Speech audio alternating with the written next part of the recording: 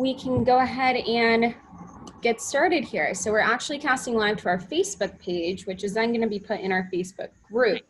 So we're trying that different route today.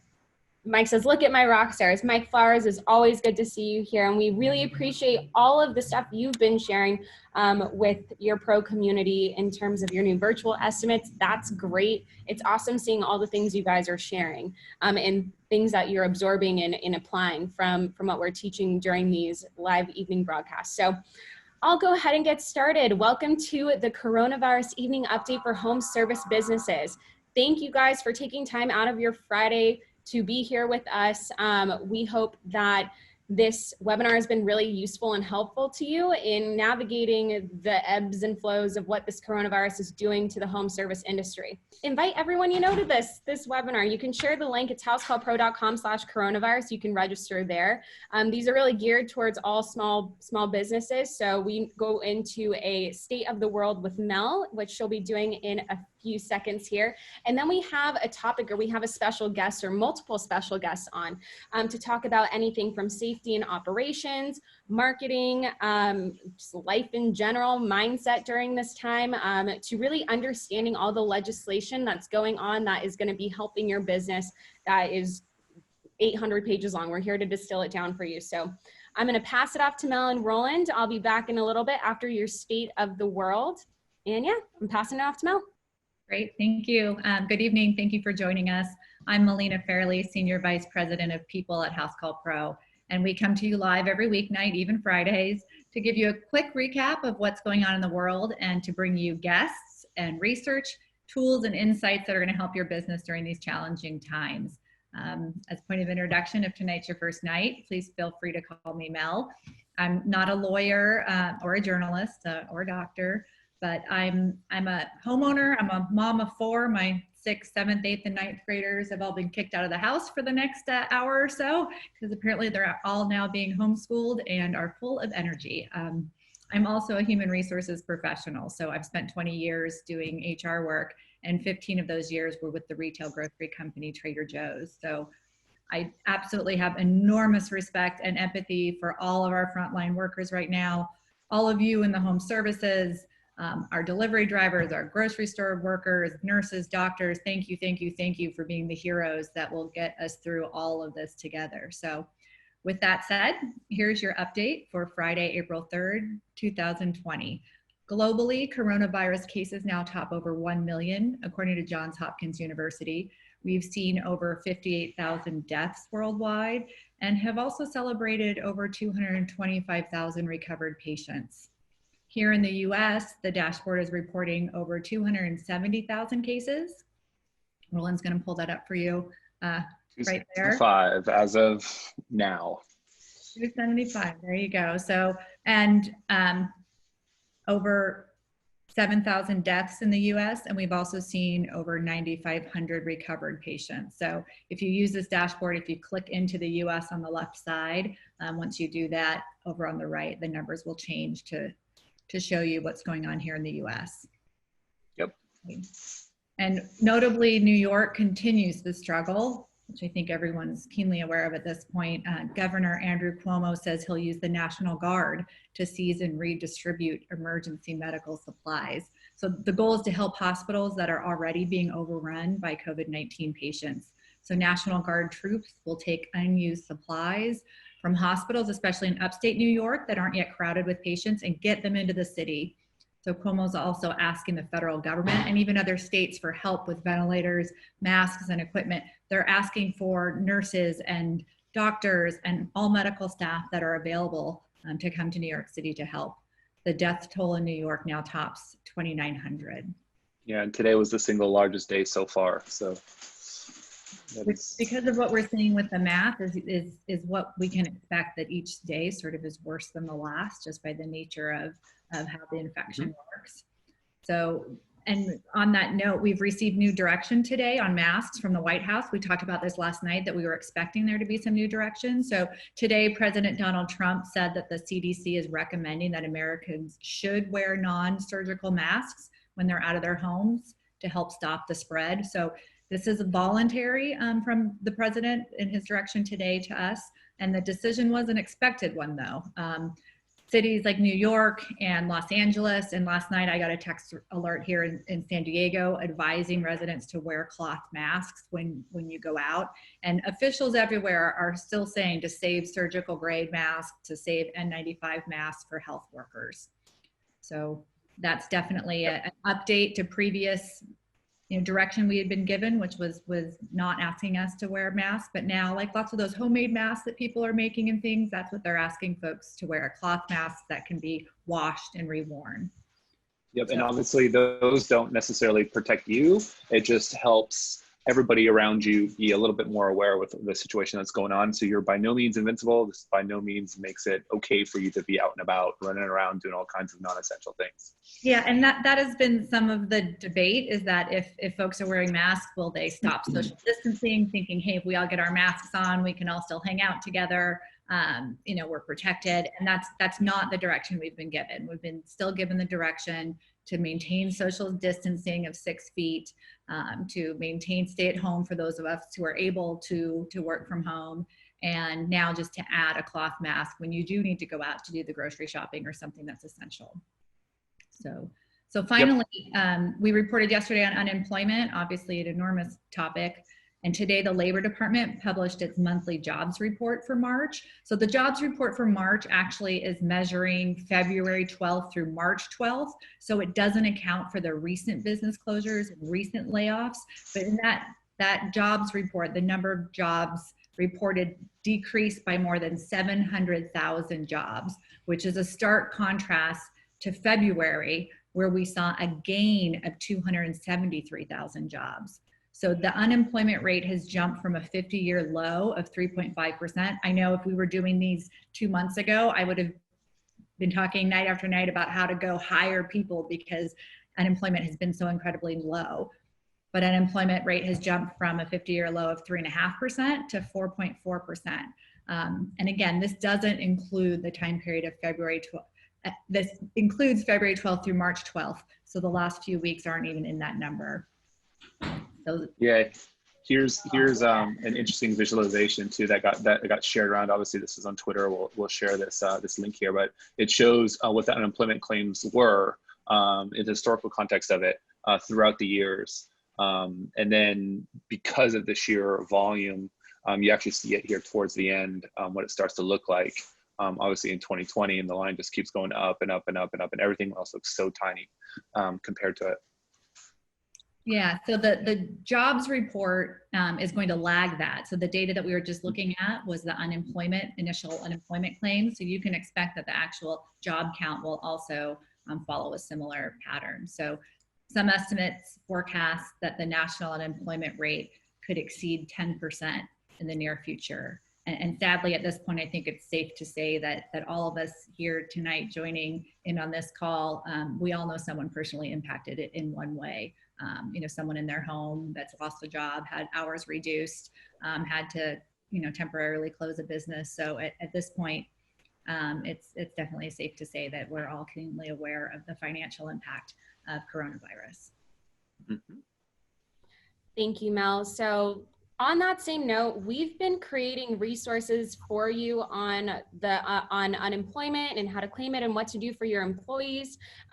Yesterday, we talked about and actually walked through the application for the EIDL, and we talked about the PPP application, which is probably going to be a big topic today because of how much has changed. Basically, everything about the original information that we got, we'll have our guests on to speak about that. But just to know that when we're bringing stuff like this up, we have actually already created resources for you. So we'll drop the links in there to our articles in our blog posts on unemployment. So with that being said, we're going to get into the bulk of our evening update tonight. Hey, Brandon, I'll have Kedma put her video back on. So you guys might be recognizing Brandon now for the past. You getting sick of me yet? No, we like that you're a regular guest. Everyone at Housecall loves when you're joining. Right before this, our team was like, "Oh, Brandon's going to be on again. We're going to be." Awesome. So I'm going to just really leave it to you guys. The main topics that I pulled from our discussion earlier was just the changing interest rates, how to understand the bank's different ways of handling applications or declining them. And I know Kedma has just vast expertise on different grants that are available on state and local levels that aren't just the EIDL and the PPP. And we also, if you can, touch on the changes that have been made to the PPP application process since last night. And any questions you guys have for them as you are watching and listening, throw them in the Q&A. It's not the chat, so if you see someone throwing a question in the Q&A, just give them a nice reminder to put it in the Q&A and upvote it for them.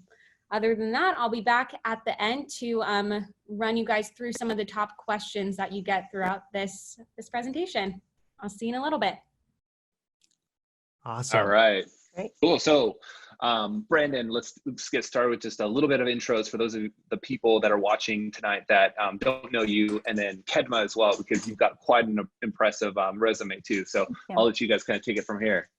Sure. So my name is Brandon Vaughn. I am Chief Strategist over at Conquer, and my background comes in the exterior cleaning world. Had, business exterior cleaning space and window cleaning space with 70 employees out in Portland, Oregon.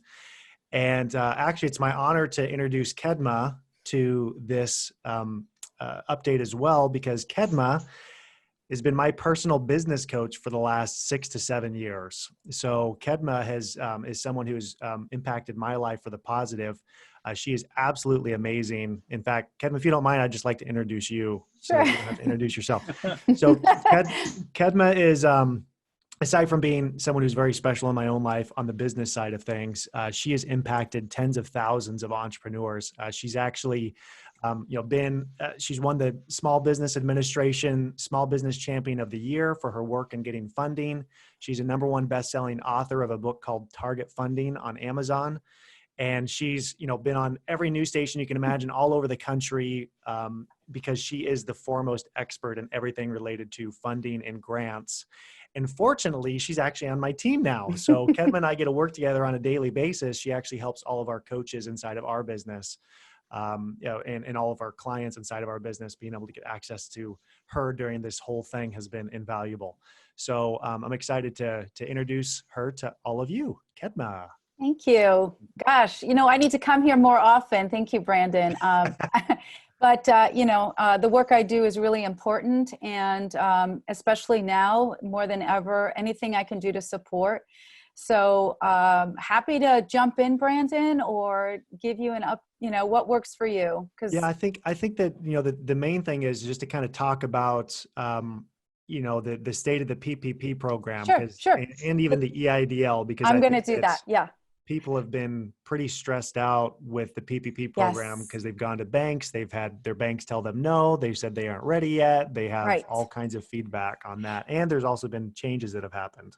Yes. So I'm going to give you the most up-to-date that I know right now, but I'm like the weatherman. Sometimes it's raining, sometimes it's sunny, and I don't know. Every time there's something new. So just flex with me as we go through it. The banks, actually, I just heard again from someone who does, millions in lending. Street Shares, if you don't know about them, they specialize in veteran funding as well as grants for veterans on a national level. Just got a video from the CEO, who I happen to personally know, Mark Rockefeller. Yes, that is his last name. And he is somewhere related to the Rockefellers, but I don't know how. So he said that they're actually holding off right now because of the changes that just happened. They need to have their team figure everything out.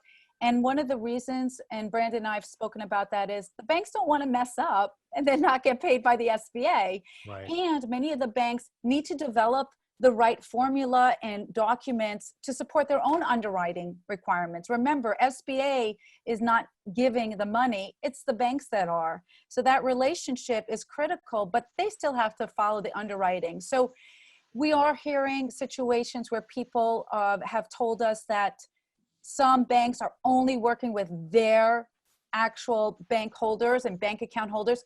Not surprising, of course, but don't give up. I think that this is just the beginning. If you go to your bank next week, it doesn't mean we're going to run out of money. So please, the last thing we need to do is panic. Just know that they're working on it. Before I get into the changes in PPP, I want to just reiterate something with the EIDL because there have been some confusion. The EIDL does have the grant for 10,000, but I want to reiterate it's up to 10,000. There has been questions where people have assumed they're going to get 10,000 if they put it in. That's actually not correct. It's actually up to 10,000. So that language, those two words actually make a huge difference. Mm-hmm. And so we do want to make sure that people are paying attention to the PPP. So let's talk a little bit about the changes. Yes, the interest rate has changed. First it was 4%, then it went to 0.5%, then it went to 1%, but it went to 1% because the banks lobbied about it. Think about it from a lender's perspective, all the work they have to do. It's not just taking the paperwork, they have to deal with you. So there's an added piece to that went to 1%. So that's one of the changes. The other interesting change was independent contractors was actually being removed from the idea of how are you going to assess your wages. And the reason it was removed is because independent contractors can apply for their own PPP. So I found that was really interesting. And then the other thing is we've heard a lot around personal guarantees that they won't require it. Actually, that's not true. They will require personal guarantees if it's over $200,000. So if you are looking at an extension of that, they will look at that. And then the only other thing I want to make sure we share before I go into local is there is confusion around how do you use the refundable employee retention program. That was something that came up that is actually a tax credit for employers where they can get up to 50% of qualified wages, which includes health plan. However, can't apply if you're using PPP. So what we're learning really quickly is the government is super smart. They're throwing out all these programs and they're saying, well, which one do you really want? Because what they're doing is assigning situations where it's not that you can't go after an EIDL and a PPP, but certainly there's going to be other programs that it would be difficult or it wouldn't make sense to do. So that's a little on the EIDL and PPP. Brandon, anything else on that before I share a little bit about the local end? Yeah, let's talk about, so obviously there's the big banks, there's the Chases, the Bank of Americas, and you have your local, kind of your community banks, yes. And your credit unions and such. And obviously, any bank needs to go through a process to become an SBA 7A lender, and be able to have, things also backed by the government, right? Because they're not just loaning money out of their own pocket because they trust you. They know now that, hey, if something goes wrong, I got the government's backing here to go actually give these loans out. Hopefully. Yeah, it's committed. It's in writing in the United States. So I think it's more of a matter of time, rather than like if they. But still, I feel like some pros have been asking around. Why doesn't Chase have an official statement yet? Or why doesn't some of the big banks have official statements? And then just recently now, some of them have made statements, and some of them also have said, "Hey, I know that the U.S. Treasury said that we'd be ready today, but we're not, and we're going to get back to you as soon as we even get our own messaging." Why is it that sometimes the bigger banks seem to not have something in place, but maybe some of the local community ones now? I've already heard of a lot of pros are able to get their applications through and submitted already. Yeah, I think the big reason for this is that it's harder to turn a cruise ship than it is to turn a jet ski. And this is true even of, your business, in my service business. The bigger it got, the more policies and things you want to implement and put into place. More eyes have to look at it. More legal teams have to look at it. So a lot of these bigger banks, even though they have bigger access to liquidity and capital, they have more due diligence, more stakeholders to answer to.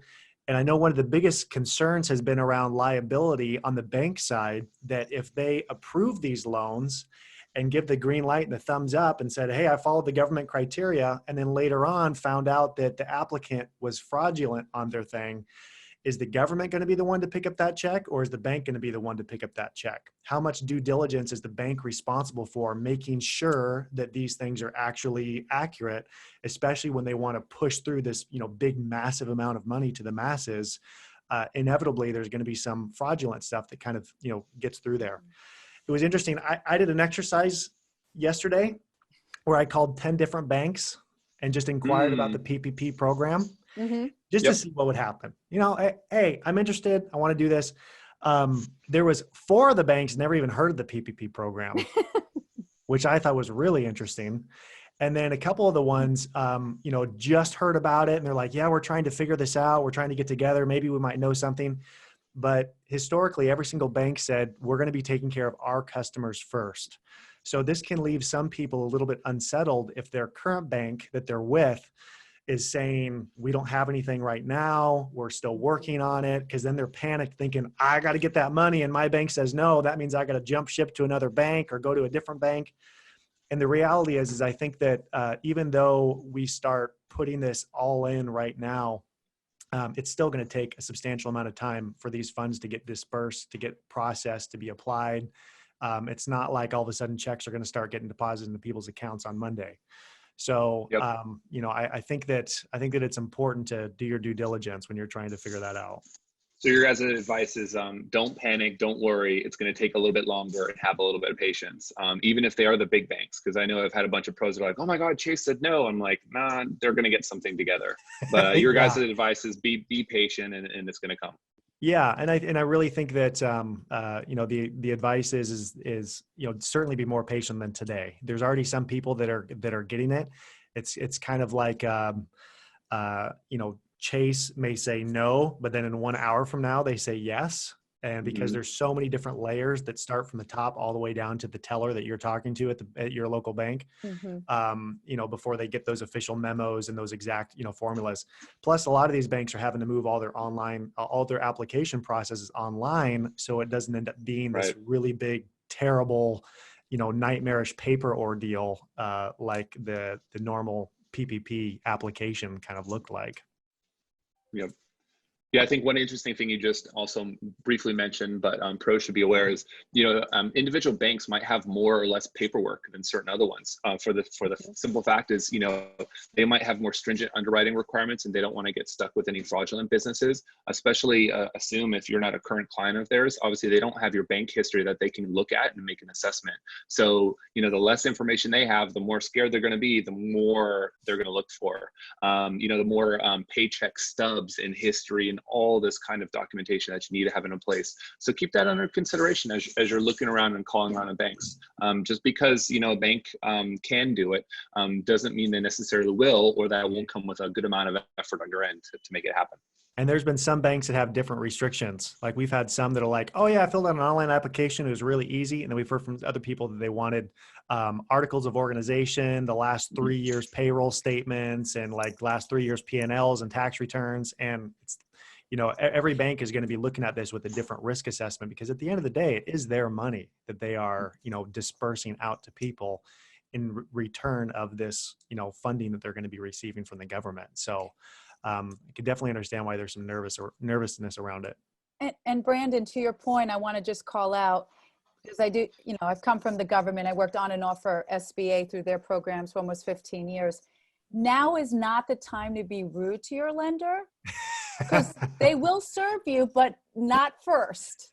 So, good advice. Have a good relationship with I'm your being lender. very serious here. Yeah. If you give that person an attitude, sure, they'll get back to you, but you're not going to be front in line. So let's really think about that. It's a relationship.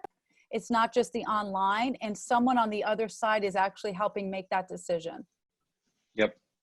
Yeah, I think that's good advice for any situation that we're in, especially when it comes to getting money from somebody. Yeah, that's true. Exactly. Good all around general good advice. Definitely.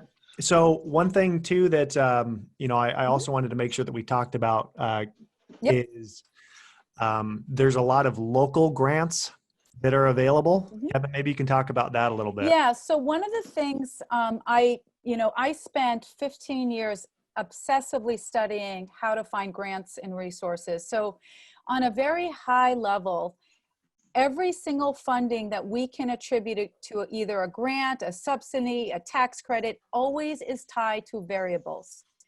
And so if we think about everything we're hearing around COVID-19 and the SBA relief and the EIDL, believe it or not, that all falls under one type of variable, which is disaster relief. But there are other variables to think about. So the subset of this is exactly what Brandon is talking about. Are there any fundings that we want to be paying attention to that are not at the federal? Perhaps there are at the state, perhaps they're at the local, perhaps they're actually tied to something that's related to you. Maybe you're considered a woman-owned business, 51% or more. Maybe you are a veteran who served in the military. These are things you have to actually go after before the federal because of the time constraint. I'm going to give you a real example. And then I think Brandon's going to go through an actual online. Penn Foundation had a program that was specifically for veterans. They literally closed the application in hours because so many people applied. Seattle, local city of Seattle, they had an application for 10,000, closed in hours because people couldn't, again, so much applied. Prosper Portland, where we're based in Portland, 48 hours, they were giving $10,000 grants. So you really have to make an effort to go after your local and your city. Now, I'm going to give you a secret. Starting tomorrow, the deadline actually is April 4th. So for anybody on this call, nationally, Verizon has a funding grant out there. It closes tomorrow. They are looking for women, persons of color, and veterans as first priority, but anyone can apply for it. So these are just some examples to think about. Brandon? Yeah, I think, you know, a really good suggestion is to just go on to Google, as old school as it sounds, and to just type in your local city, your local county, your local state, and just, you know, type in, you know, COVID-19 relief. Just to show you a quick example, if you were to do this in Florida, for instance, Florida COVID-19 Relief Fund, right up here at the very, very top, COVID-19 Project Relief Fund to help Florida veterans. This is a grant that's available that has been put together to help veterans, and veterans can just click right on here and actually fill out and apply for a grant relief. New Jersey just had one that opened up this morning at 9:00 a.m. and started accepting grants, and you can go and you can apply for that. It's a small business emergency assistance grant, and it's something you can apply for. And usually as soon as— And look when it closes, Brandon. What's that? Look where when it closes. April Yeah, 10th? it's 1 week from now, but the reality is that I believe they've already ran out of funding for it. You know, because if you go here, it says due to high demand, this funding is exhausted, and this is, you know, just in the same day. And I'm saying that not to discourage people, but I'm saying that to, you know, make sure that you are doing your due diligence, because we have the EIDL and the PPP program, which is the national, you know, relief fund that is applicable for everybody. But Facebook is doing one, Verizon's doing one. You know, check and see, you know, what assistance programs. Spanx founder, the founder of Spanx, just did a grant that's opened, that's opened up. So search your local city, your local county, and your local state for just to see, you know, what COVID-19 relief options there are for impacted businesses. Yeah, if you're thinking about for ideas on what types of grants also to look for, put your student hat back on and think like, what were all the types of scholarships that you could get for school? So diversity, you know, anything around inclusion, anything around, you know, are you of a particular race? Are you from a particular background? Obviously, you already covered military, gender, but what are those different types of things? Because there's a lot of smaller local grants out there, and also just wealthy individuals as well that are giving back in local towns. Oftentimes too, like you can ask people that in your chamber of commerce, they're usually really well-connected individuals and know people within their own localities and municipalities that might be offering things or some type of assistance. And then also, you brought up a good one, like Verizon. Like, think about who you pay bills to. So take a look at your P&L and just figure out who are you paying bills to, and just ask, hey, you know, you can, now that you've got some time on your hands, call them up. Hey, is there anything you guys have for assistance for small, medium-sized business, you know, SMBs? Is there anything for COVID relief that you guys have? Because it never hurts to ask. You'll never get what you don't ask. So use that as a way to think about what it is. And then, you know, in the mornings, go check Google. Is there something else that surfaced, that popped up? It is the old school way of doing it, but you know, it's the first way to get out there. So just be really tuned into your local news as well. Oftentimes, you know, you can look at on Facebook, there's local groups that are just for your cities or your towns. Often you'll find stuff in there. Here in San Diego, I found some things just in Pacific Beach, you know, and coastal towns here. So you can look at those Facebook groups. You can look on Nextdoor. There's a lot of places this information is being shared. And like Brandon mentioned, you know, truly is first come, first serve. So when you see it, don't wait and go, oh, you know, I'll do this on the weekend, or I'll do it tomorrow or the next day. They will run out, especially given a lot of people are out there looking for this kind of stuff. Yeah. Appreciate the comment, Sarah. When did Google become old school? Yeah. All right. Touche. Fair enough. Yeah. But I guess that more of the act of just rolling up your sleeves and just searching and just starting to, like, you know, become an investigator, become a student, and just start researching and doing that, as opposed to just waiting for the answer to come fall on your lap in a Facebook forum, you know? Sometimes that due diligence steps, that's kind of more what I meant by the old school comment, is it takes a little bit of digging to find it, but it can be really worth it, especially since these things come up and they, you know, fall out really quickly. Yep. And that's why we also have the that's why we also have the coronavirus group for you guys all. So if you find something, share it with your fellow tradespeople. Obviously there's a lot of other SMBs out there too, but you know, the coronavirus group, just share it in there. If you found something, put the link, put that in there. Let other people also go apply for it. Just make sure you submit it first. Yeah, absolutely. That's good. Did we want to open up to any questions any questions that people have, Roland? Yeah, so we've got a bunch of stuff here kind of in Q&A. So I figured we'd take this time here to use Kedma's expertise to go through some of these here. So Byron Hall asks, what determines how much of the up to 10K you'll get for the EIDL? Great question. To be determined. I don't know yet. To be honest, if you see how the form was written, right? They asked for your information from your profit and loss, but I haven't seen, Brandon, have you seen any language that actually communicates how they decipher whether you're going to get the up to 10,000? Well, I was reading that House bill, 800-page document, was like combing through that thing, and my head was spinning. But I believe because it is an advance of a loan. Yes. So if you have been determined that you're not eligible for a loan of even $10,000, the advance is not going to be happening. So I know it is tied to how much of the loan you may qualify for in order to receive. But I don't know exactly what that looks like either. I do know. Figure out ourselves. Yeah, I do know that. I do know one person who has received, but did not receive the full amount. Received about $1,700. So, it will be interesting. That's, what, Brandon and I will work on seeing if we can get that. But to this date, I still don't have that confirmed, how they're determining that. Yeah, and I think the challenges with it too is, so much was done during the application process before they streamlined it. Yeah. And all the people who filled out applications before they streamlined it were asked to fill out another application. So as they start, rolling through this may be the first bit of stimulus that we end up getting too. They could offer another stimulus package that goes through these same things as they learn more that's happened. There's already talks about the $350 billion not being enough if this goes on long enough. So I think it's really important to remember that you don't have too much anxiety about what tomorrow will bring, because these things happen so fast and we could be super stressed out when we get that check and it's not as big as we thought it was going to be. But then the very next week, there's something else that comes that does fix that problem. So just taking these things kind of one day at a time is also really important.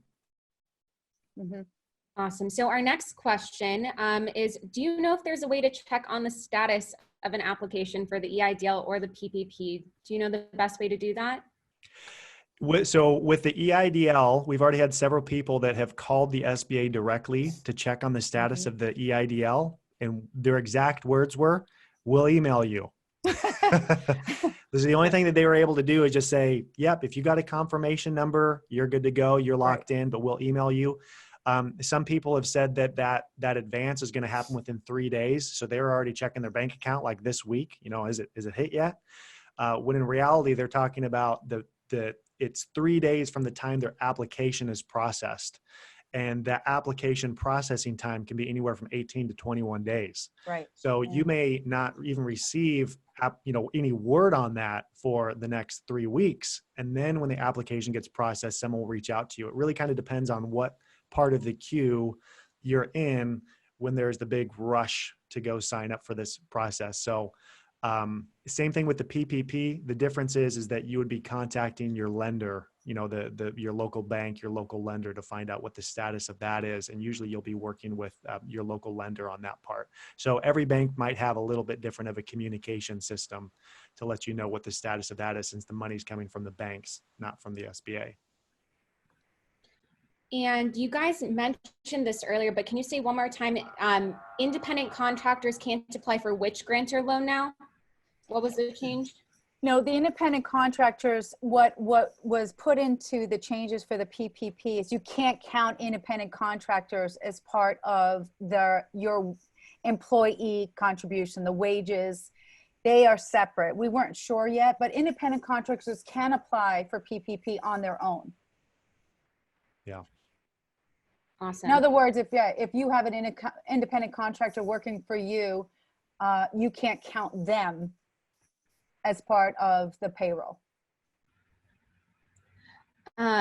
This is a really good question from Bonnie Parsons. Following the conversation about being patient, wait for the banks to get coordinated, how do we hunker down and keep going? What bills to pay, not to pay, how to look at our cash flow, and how to know how long we can last as revenue decreases? Good question. So the one resource, if you guys, I don't know where you've posted that with the little 90-day financial action plan that Yeti Books did. Oh, yeah. But, really, we covered this in one of our previous webinars, where it is, first of all, sit down and audit your expenses, go through your P&L line item by line item and look at, what expenses are essential, which ones are not. And, take a look at that first. The second thing is actually writing out a financial plan of, if you need to hunker down, what are your core expenses? Should you lay people off? Right now, I know that some people, they're kind of making, especially in the service industry, they want to keep their employees. So they're saying, I want to keep my guys on payroll until I get the PPP program. Might not be a good idea. Might be better to lay your employees off, let them start collecting unemployment rather than burning and bleeding out all that cash. Payroll is always going to be the number one impact to your bottom line in a service business. And if you're shut down and deemed non-essential, think very hard and carefully and make sure you've done your due diligence before you make that really big decision to keep your staff on payroll until you get the PPP program, because there are a lot of provisions that are already being rolled out for the unemployment side as well. So, don't just start burning through cash too quickly. And to Brandon's point, because this is such an important piece, how do you prioritize it? If you haven't already, most people have already reached out for mortgage or leaseholders. But I had a client who was really nervous because they didn't have enough cash coming in, and they had a really high interest rate for their credit card. And literally in less than an hour, their credit card company went from a 16% APR to 3% for the next 120 days. And you know what? He was over the moon. He's like, now I can breathe. Now I can use that credit card as if it was, a line of credit or a loan, and gave 4 months of breathing space. So it could be as simple as you calling every credit card and saying, look, I need you to bring down that interest rate. I need you to bring it down because I'm still waiting. And most of them have been quite accommodating. Yep. And remember, credit cards in the business of making money. So if you tell them, hey, I would use it if the interest rate wasn't this high, it gives them more incentive to go, okay, well, you know what, we'd rather they carry a balance and we make something rather than them not using it all because it is too high. So now is definitely the time to ask that. And then on the employee side as well, remember, you don't necessarily have to lay off employees. The alternative is reduce their hours because remember, unemployment's going to cover that on a percentage basis. So there's a way to make it work. If you do still have calls coming in, how do you redistribute that work and how can you have them working on other things and have unemployment cover a percentage of it? So you don't necessarily have to cut them all, or if you have the choice, you know, actually this is a good one. You know, would you rather lay off 2 people or set 4 people to 50% of the time? This was maybe for you, Brandon, or Kedma. What'd you advise? You know, if there were 4 people, employees that you had, would you rather let 2 go and keep 2 working full-time hours, or keep 4 and have them all work half-time and then the rest of the half covered by unemployment? I guess for me, it depends. First of all, are they sick? Yeah. You got to have some variables here. Yep. You know, in all reality, that's— I was going to say, are they bad performers? Are they bad performers? Right. You know, which ones are we keeping? But here's the reality. What we're seeing with some businesses is there's a fundamental concern that unemployment is going to be higher than what they're paying their technicians. And so some of the businesses are trying to figure out, you know, is it better to have them temporarily on unemployment for them to get the maximum, and then, you know, figure out maybe going in kind of a winter kind of setup and then coming back. And I think it goes back to Brandon's comment. Everybody is in a individual situation and you have to do that budget to determine it. We have some clients I'm working with right now that are just, they've made more money during this time than they've made, you know, for the last 12 months. I have one company that in 2 months brought in an additional 60,000 because they are an essential business. They are out there doing the work. So I think it really depends on the business and how fearful they feel and how necessary they think it is to be out there. And it's going state by state. Yeah. Yeah, because unemployment also changes from state by state as well. Exactly. That's right. Some states are more on the ball as far as being able to do percentages and, you know, and be flexible with their terms. Other states are slower to respond. And I think that if work is coming in and you've been deemed as an essential business and you're following all the PPE requirements and you're following the social distancing and you're doing your due diligence as a community leader of making sure you aren't adding to the problem just because you've been deemed essential, and you can justify going out and continuing to do some work, maybe it is a good idea to, you know, keep staff on, but just reduce their hours down by half.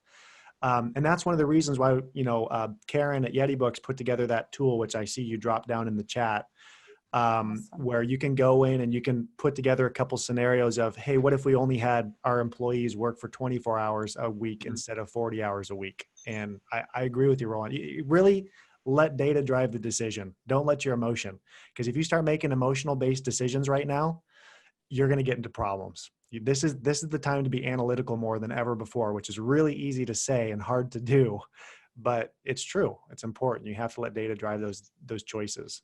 Yeah, remember to be honest, and it's better to err on the side of conservatism right now than optimism. So, you know, you may think and you might want to get, you know, $5,000 a week coming in revenue, but think through, like, how are you really going to get that? So well, I'm going to get that big loan. I'm going to get that big loan here next week. It's going to come. So I'm good. It's like, do not count on that. You know, do not count on that. So it's one of those things where it's either multiply the time it takes by 2, or just think of it as like, you know what, if it comes, great, but expect it not to be for quite a while. Because planning for that in your budget and then having to make really tough decisions because you said, oh, it's going to be in the bank account by the end of the month. That's the worst place to find yourself in, because then you're really putting, you know, your fate in the hands of something that you just can't control. You want to take ownership of all the things that you can and make the best decisions. That's right. That's data driven and not emotional during this time. But be honest with yourself. Don't just put numbers into things and think things are just going to come out right. It's better to be conservative and then plan for the upside later down the road. Love that. And Roland, to your point, I have having been on and off working for the government for years, I can honestly tell you the government never goes at the pace of business. If you think they do, you've never worked for the government. They go at the pace of the government. So they're going to go, as fast as they can, but it's not at the pace that we're used to. Yeah. So they touch on a lot of things in here. Actually, we've done past live broadcasts on this topic, one of which Brandon was on. So Mel posted the links to the live video if you want to go back and watch it, and then also to the blog post if you just want to go download that 90-day plan. And we also did, when we were talking about unemployment, we talked about alternatives for lowering your employees' hours and what other things can you have them do. So definitely go back and watch that one if you're considering letting some people go and weighing your different options. We can do 2 more questions. One, there was a few on, do they look at my credit score when I'm applying to these loans and these grants? So I can speak a little to that. Credit score has not come into play, but there has been some concern on how this will affect your credit score in the future. So there has been some discrepancy on that. And I know that there was a bill that went out where the Senate was saying they wanted to hold maybe up to 4 months before it hits your credit report. It's going to hit your credit report one way or another. So one of the things we want to be mindful of is if you have fantastic credit, just check in with your lender to see how is this going to really affect it. And I love Credit Karma. So if you're not familiar, or if you are, it's great because you can go on and look at the simulator and simulate how that would change. Having created my book Target Funding through McGraw-Hill, I actually filed bankruptcy 20 years ago. So I can tell you this, if your credit score is 500 or less, don't worry about it. It really doesn't really matter because you're already in a position that would be hard to access. So if you get more money through the government, fantastic. So that's kind of the most up-to-date information I have. Yeah, and I believe, Brandon? I believe with the EIDL, what my understanding is that is based upon an applicant's credit score, the EIDL specifically, that loan. The language that I saw there, it's said that no personal guarantee is required for under 200,000. Right. The loan can be made solely upon the applicant's credit score. So I'm not sure if the PPP program is tied to credit score, but the EIDL, since that is a lot more of a long-term loan, 30 years, 3.75% interest rate, that is something that I believe has a greater weight bearing to credit score. Yep. Just remember, anytime you're applying for any loan, whether it's emergency loans or PPP, anytime that happens, obviously your credit is going to probably take a hit. In the very least, your business will, for sure, because you're going to be taking on new liabilities, something you're going to have to pay back, even if some of it will be forgiven. There's a percentage of it that won't be forgiven. So for that, your company or yourself will be on the hook. And Brandon, just to add to that, I absolutely, I have it in front of me. The credit score they're looking at is at least 690. For the EIDL? Yes. Okay. Gotcha. Okay. There's just a lot of really good questions. This is one I think we should address. Any types of lenders to avoid? We are getting a lot of emails from what looks like private online lenders such as Upwise, Capitus, etc. You first.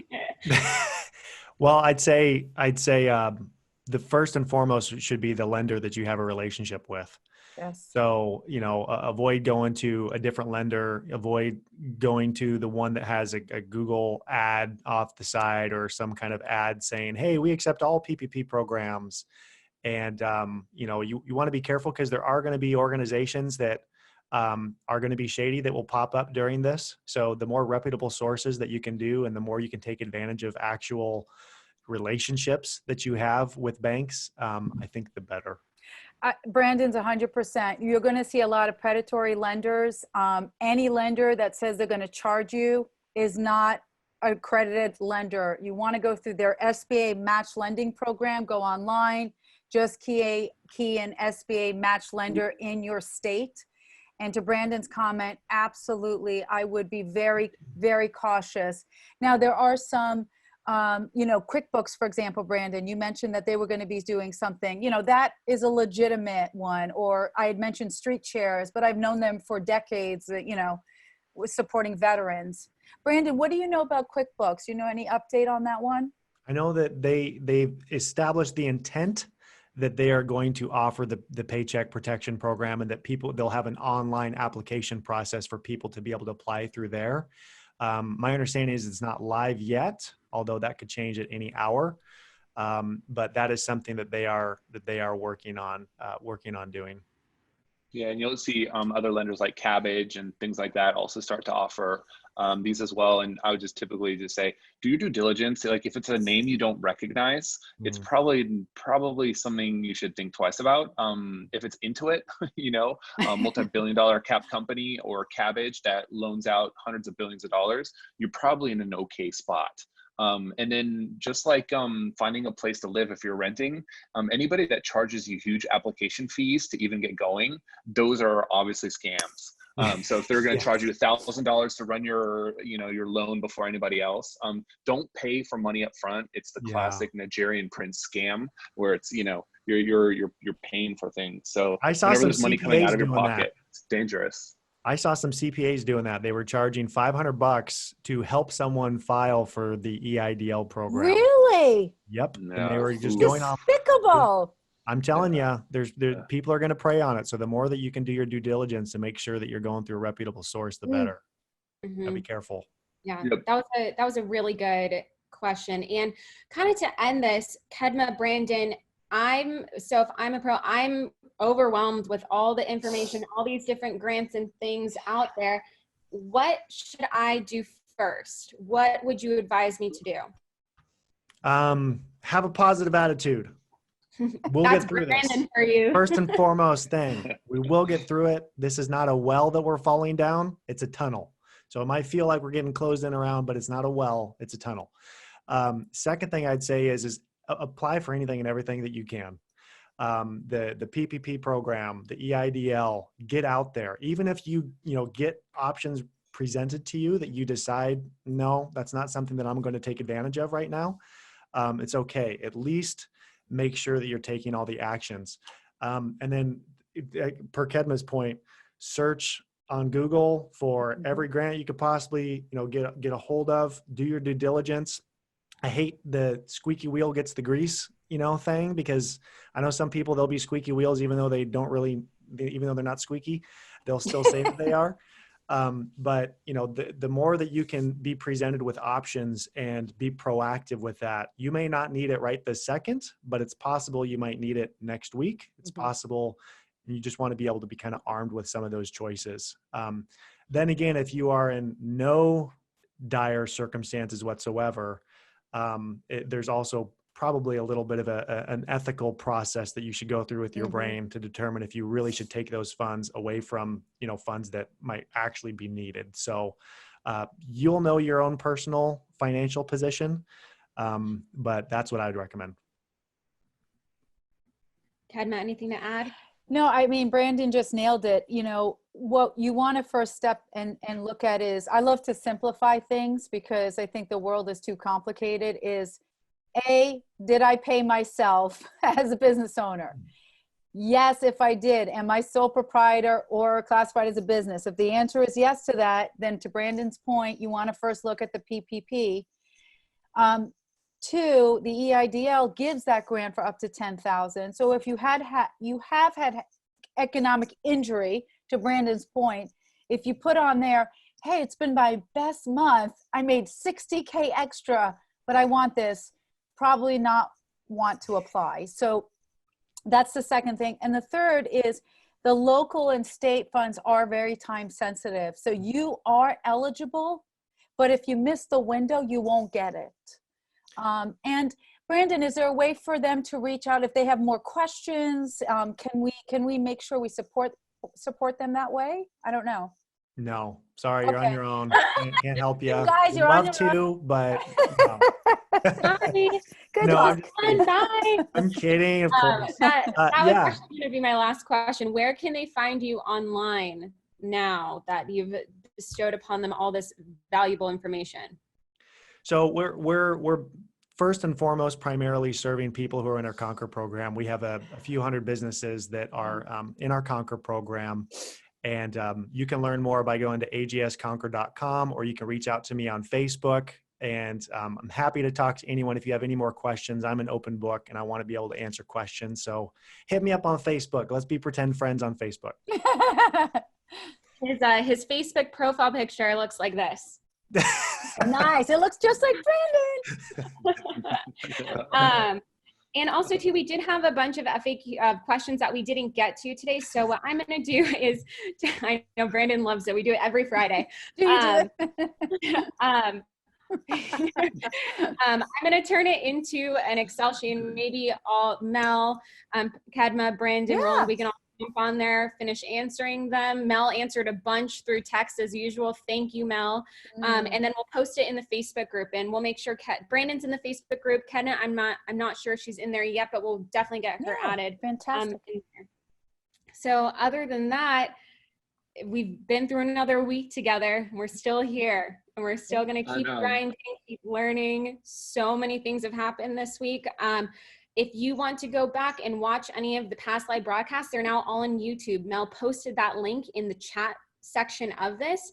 If you don't see it, it's just housecallpro.com/coronavirus. You'll either be directed to resources, the webinars, or on YouTube, and any blog posts or templates that we've made. You guys, there's so much in here, and I doubt that you have seen everything. So use this weekend to dive into it.